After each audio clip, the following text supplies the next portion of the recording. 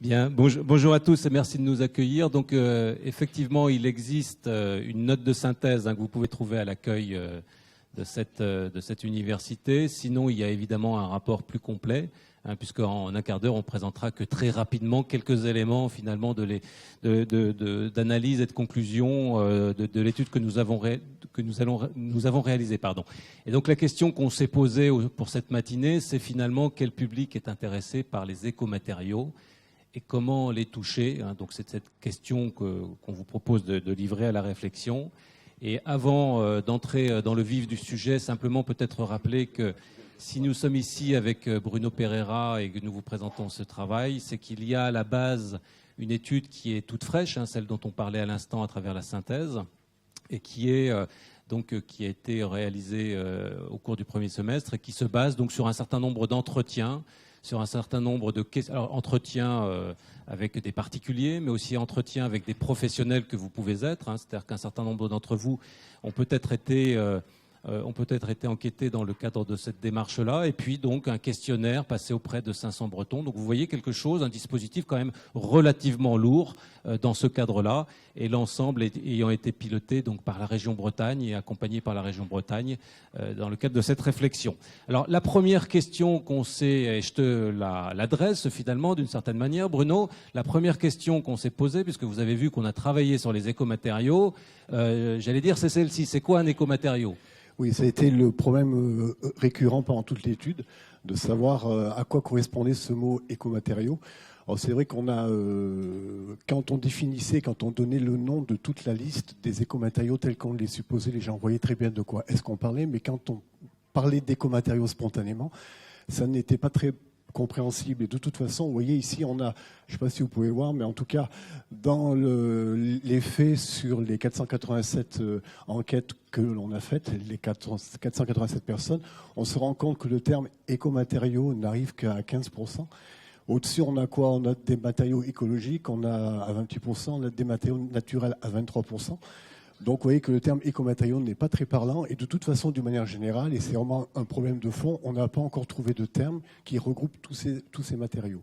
Donc, c'est vrai que c'est quelque chose qui est à approfondir, mais par la suite. Alors, une première j'allais dire, conclusion de cette étude, c'est comment toucher le public, peut-être toucher le public en parlant son vocabulaire, parce que vous voyez bien que, pour l'anecdote, quand on parlait d'écomatériaux, certaines personnes nous disaient panneaux photovoltaïques. Donc vous voyez le grand écart qui peut parfois exister entre le savoir des professionnels et le savoir du Kidam. Il y a de la pédagogie à faire là-dessus. Alors de la pédagogie et puis un travail sémantique sur les termes. Alors vous voyez que c'est pas évident parce qu'on en a testé un certain nombre et on voit bien que écomatériaux c'est pas le plus adapté, mais les autres ne le sont pas. Il n'y en a pas vraiment un qui se détache du lot dans la liste. Pas véritablement. Alors peut-être qu'il y a un travail effectivement pédagogique de profondeur à faire passer un message, etc. Mais en tout cas, on voit bien que il y a des enjeux autour de ça dans un premier temps. Alors. On a rencontré des gens connus et d'autres moins connus. Il était dans le panel. Ah voilà, il était dans le panel. Donc ça rigole pas en tout cas. Ça rigole pas. Non. Et donc le premier travail du sociologue et de l'ingénieur, puisque nous formons un binôme et nous y tenons beaucoup, à la fois ce regard sociologique et plus technique, c'est d'essayer effectivement à travers des entretiens, à travers des questionnaires, d'essayer donc de définir qui sont les publics et d'essayer de précisément de segmenter le public, parce que les Bretons que nous avons pu rencontrer ont des profils extrêmement différents et on voudrait vous en dire quelques mots. Et ce qui nous semble extrêmement important, c'est d'avoir des messages effectivement qui soient adaptés au public que l'on vise. Et vous allez voir que ces publics sont différents. Donc des personnages, comme dans un film, d'une certaine manière, qui se racontent des histoires, qui ont un projet. Et donc on a essayé, nous, de notre côté, effectivement, comme le disait Xavier tout à l'heure, d'essayer de construire ce qu'on appelle des socio-styles, les designers appellent ça des personae.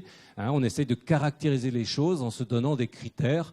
Alors, généralement, en plus, on a des noms assez savoureux. Vous les qualifiez, ces socio-styles. Alors voilà, parce qu'il faut qu'ils soient à la fois mémotechniques et pas stigmatisants. Donc il y a un travail comme ça à faire. Et donc, là, voilà, ça commence. Le bricoleur militant. Voilà, le bricoleur militant. Donc, alors c'est un personnage qui... son projet de rénovation ou de construction, c'est en fait toute sa vie. Il est abonné à la maison écologique. Voilà, il est abonné à la maison écologique, c'est un petit clin d'œil, mais ça permet de situer le personnage. Et donc, le projet, c'est toute sa vie. Il est investi dans un projet, 2 projets, 3 projets. S'il a quelques années de vol, il a plusieurs projets à son actif. Il est parfois à la limite de la professionnalisation. Il fait parfois la bascule.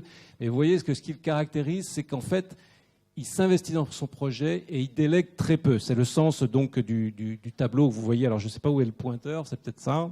Le pointeur, c'est la flèche du haut, je crois. Alors c'est la flèche du haut. Alors on va en tout cas, attendez. Tout en haut, il y a un petit bouton. Là. Ah, vous appuyez où? D'accord, ok.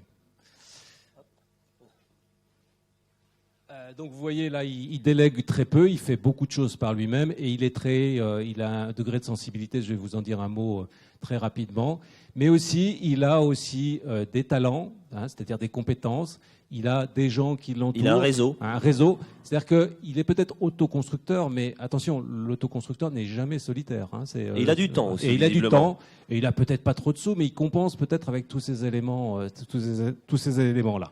Et donc vous allez voir que ces critères-là vont varier en fonction des différents profils, et que lui, finalement, sa sensibilité, il l'exprime de différentes natures. Il est sensible aux enjeux climatiques, du réchauffement climatique, des enjeux planétaires.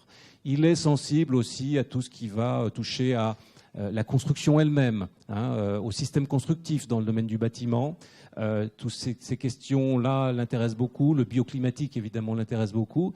Mais vous voyez que progressivement, on se rapproche de notre personnage. Il est aussi extrêmement sensible aux questions qui vont toucher l'intérieur de l'habitat, la qualité de l'air, par exemple. Donc les questions qui peuvent toucher aussi à la décoration vont l'intéresser. Et puis... si on se balade du côté de la Biocop, on devrait le trouver, notre bricoleur militant. Donc vous voyez, on se rapproche progressivement de son nombril et on arrive là, du plus loin au plus proche. Et donc on a essayé de caractériser les choses comme ça. Donc ce bricoleur militant, on peut lui parler dans ces différents registres. Alors j'essaye de ne pas être trop long, vous retrouverez les éléments dans la synthèse. Vous voulez dire un mot, Bruno? Non? Juste après. Autre personnage, et là je vais être plus rapide, donc vous avez compris le principe de fonctionnement, aussi extrêmement sensible, mais ce personnage-là, ce qui fait sa sensibilité... Je voulais juste préciser que les photos ne sont pas libres de droit, c'est tout. Ah oui, parce que... Oui. Ce sont des vrais gens. Je t'en vaudrais ça, Bruno, je t'en vaudrais ça. Ah oui, on vous reconnaît là-dessus. Voilà, oui, donc ça permet de ne pas avoir de problème avec les droits à l'image. D'accord, et vous êtes un grand sensible, c'est vrai, tout le monde le sait. Et donc, ce personnage-là, il est, vous voyez, très investi dans son projet, mais ce qui le caractérise fondamentalement, c'est qu'il est très attentif aux questions de santé, donc la pollution de l'air, la qualité de l'air plus exactement, aux questions alimentaires. Et la problématique de l'habitat de la maison, c'est par cette entrée-là qu'il va la saisir. C'est pour ça que dans cette réflexion-là, on a réinclus, ce qui n'était pas forcément à la base, les produits intérieurs, les peintures par exemple, à base d'écomatériaux, qui n'étaient pas dans le périmètre de notre étude. Mais on voit bien que là, on a des personnages qui sont particulièrement sensibles à cette question-là. Et j'allais dire, c'est par leurs préoccupations sanitaires qui rentrent dans une problématique plus globale qui peut être celle de l'habitat, voire de la planète. Allez, un troisième, les enthousiastes. Voilà, et donc là, vous aurez reconnu Bruno sortant de la piscine. Personne n'est parfait. Et donc, les enthousiastes, alors ce qui les distingue, ils se situent à peu près sur la même carte que le précédent, mais ce qui les distingue fondamentalement, c'est qu'ils sont généralement plus jeunes et qu'ils ont des jeunes enfants.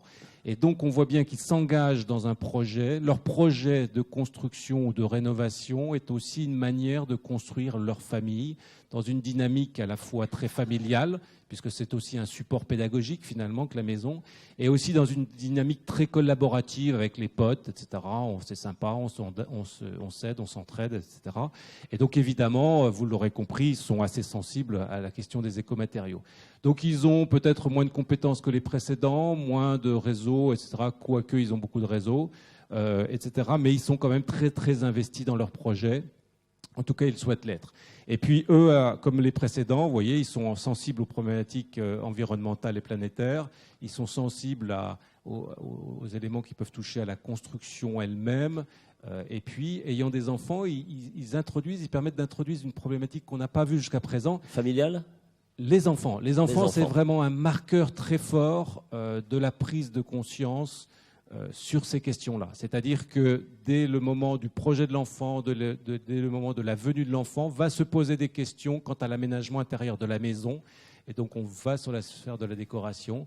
Et on voit bien qu'on a des profils qui, du coup, sont très sensibles à une problématique sanitaire qui peut permettre d'introduire les écomatériaux. Vous voyez ? Donc, c'est aussi une manière d'amorcer les choses. Quatrième. Alors, juste un petit mot, dernier mot sur ce personnage-là. Oui, il est important, celui-là. Il est extrêmement sensible, vous l'avez vu, mais il n'est pas à un paradoxe près. C'est-à-dire qu'il y a des gens qui vous disent on a tout fait bien, mais on a mis une cuisine du commerce, Ikea par exemple, avec plein de colle partout, ça ne les choque pas. C'est-à-dire qu'il peut y avoir des très fortes contradictions parce qu'ils ont des contraintes budgétaires aussi à respecter. Autre personnage, jeune couple pressé, ce qui le distingue aussi des précédents, c'est que, en tout cas ce qui le rapproche du précédent, c'est qu'il est aussi... Il a une famille et il est tendu par le temps. Il y a les enfants, il y a le boulot, il y a les gosses, il y a les activités. Ce projet n'est qu'un projet parmi d'autres, hein, et donc il veut bien s'y investir, mais pas trop. Et il va, à la différence des précédents, beaucoup déléguer à des professionnels. Il va faire appel à des constructeurs CCMistes, il va éventuellement acheter en VFA, etc.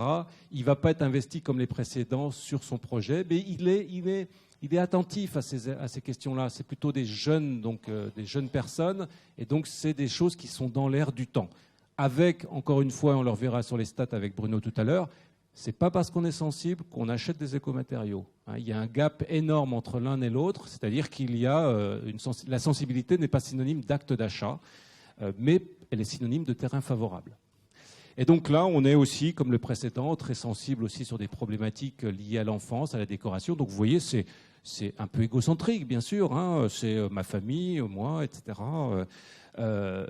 Mais ces personnages-là, très concrètement, n'achètent pas d'écomatériaux parce qu'ils sont engagés dans des projets où l'offre n'est pas forcément présente.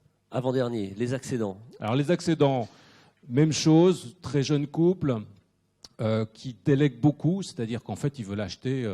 je parlais tout à l'heure du contrat CCMI, un contrat de construction maison individuelle, du clé en main, prix et délai garanti, ça leur va très bien, ça sécurise. Ils sont très jeunes, ils ont besoin d'être sécurisés. Ils ne sont pas très sensibles aux écomatériaux parce qu'ils n'y comprennent pas grand-chose. Et puis ça les effraie un peu parce qu'ils se disent « Oh là là, attention, pas d'aventure, on est là pour acheter un bien, on va le revendre. C'est pas pour la vie, c'est pas un coup de cœur. » Et donc, pas de folie finalement. Et puis on a des moyens financiers réduits, vous le voyez. On n'a pas forcément des fortes compétences. On ne connaît pas le monde du bâtiment, on n'y connaît rien.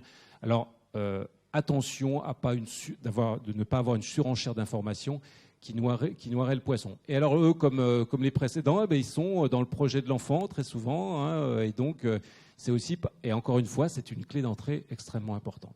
Le dernier sociostyle. Le dernier, alors on n'est pas complètement exhaustif, on pourra toujours en trouver d'autres, mais en tout cas on a fait cette galerie de portraits, qui est un personnage qui à la fois fait beaucoup par lui-même, mais alors lui, les écomatériaux, c'est vraiment pas le truc qui l'intéresse, quoi. Hein. C'est des choses, il n'en a pas forcément entendu parler. C'est probablement un profil plutôt qu'on trouve en Bretagne en secteur rural, c'est-à-dire de la personne qui va faire sa maison, rénover sa maison. Autoconstructeur, un petit peu. Autoconstructeur. Alors, lui, ou autoréparateur. Si vous lui dites autoconstructeur, il ne comprend même pas ce que ça veut dire. C'est un truc de bobo, de machin. Excusez-moi. C'est pas grave. Les produits bio, il ne voit pas trop ce que c'est. Il fait sa baraque, quoi, en agglo, et puis il monte ses parpaings. Voilà. Il va chercher les négoces de construction, chercher ses trucs, ses parpaings. Il va faire éventuellement à charge de revanche avec un copain. Mais ce n'est pas non plus tout à fait la même chose. Et évidemment, lui, ce qui l'intéresse, c'est ça. Voilà. C'est la construction. Mais toutes ces histoires de planètes, là, attendez, faut être sérieux, quoi. Bon, on a autre chose à penser, quoi. Je veux dire, l'alimentation, bon, c'est des trucs c'est des trucs pour des gens comme vous et moi, quoi. C'est pas pour des vrais gens, quoi. Donc, il se sent pas concerné par ces questions-là. Ça ne veut pas dire qu'on peut pas le sensibiliser, bien sûr. Et donc, dernière petite diapositive. Vous voyez bien que. Ouais, j'allais vous demander comment se situent-ils ces différents sociostyles. Alors, vous voyez c'est ça, on l'a sur la carte. C'est évidemment approximatif, hein, puisqu'il faudrait des enquêtes plus approfondies. mais on voit bien que ceux qui pèsent, c'est quand même ces deux-là. Et c'est précisément ces deux-là qui vont le plus fortement déléguer à des professionnels qui vont leur proposer des solutions clés en main et qui vont être évidemment le plus happés par l'offre existante d'écomatériaux. Et donc là, on voit bien qu'il peut y avoir évidemment une politique de la demande, mais s'il n'y a pas en parallèle une politique de l'offre, il y a une vraie difficulté. Vous voyez que notre bricoleur militant, finalement, il ne représente pas grand-chose statistiquement. Oui, donc quelques chiffres statistiques sur ce qu'on a fait auprès des 487 personnes qu'on a donc interrogées. Donc on leur demande s'ils pensent pouvoir utiliser des matériaux, donc des écomatériaux. Donc on va leur donner une liste. Ce qu'on remarque, c'est qu'il y a une plus grande proportion d'écomatériaux qui peuvent être utilisés dans les projets de rénovation et encore plus dans les projets d'extension, mais moins dans les projets de construction neuve. Oui, c'est vrai. Il faut juste que je ne me trompe pas sur le bouton. Quand on poursuit, on se rend compte aussi que pour les maisons qui sont d'avant 1945, on a une très forte proportion d'écomatériaux. Vous voyez, là, on était à 53,8 et 42. Et quand on se focalise sur les maisons d'avant 1945, on monte à 57,6%. Ça veut dire quoi? Ça veut dire que si jamais on a plutôt des écomatériaux sur des maisons qui sont anciennes ou des maisons qui sont dans les projets de rénovation ou d'extension, plutôt mais de rénovation, c'est qu'on se retrouve plutôt, ça c'est une corrélation qu'on fait après, sur le fait qu'on est plutôt en milieu rural mais qu'en milieu urbain. Bon, on va voir ça même un petit peu après. Seriez-vous prêt à construire une maison en bois?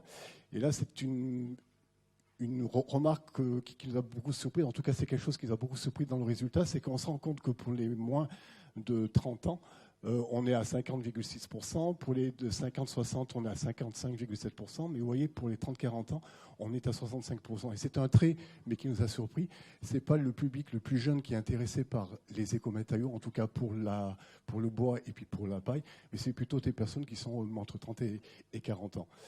Quand on pose la même question sur seriez-vous prêt à construire une maison en paille, vous voyez, on a à peu près les mêmes proportions.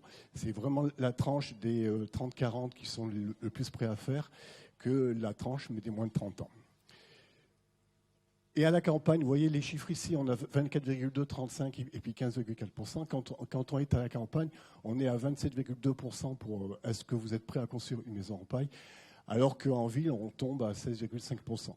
Donc, on remarque toujours cette caractéristique, mais qu'en milieu rural, il y a une plus forte propension à utiliser des matériaux locaux des écomatériaux. Et écomatériaux. Alors, comment on s'informe? Ouais. C'est pour introduire l'intervention suivante. Hein. C'est simplement pour que vous l'ayez en mémoire.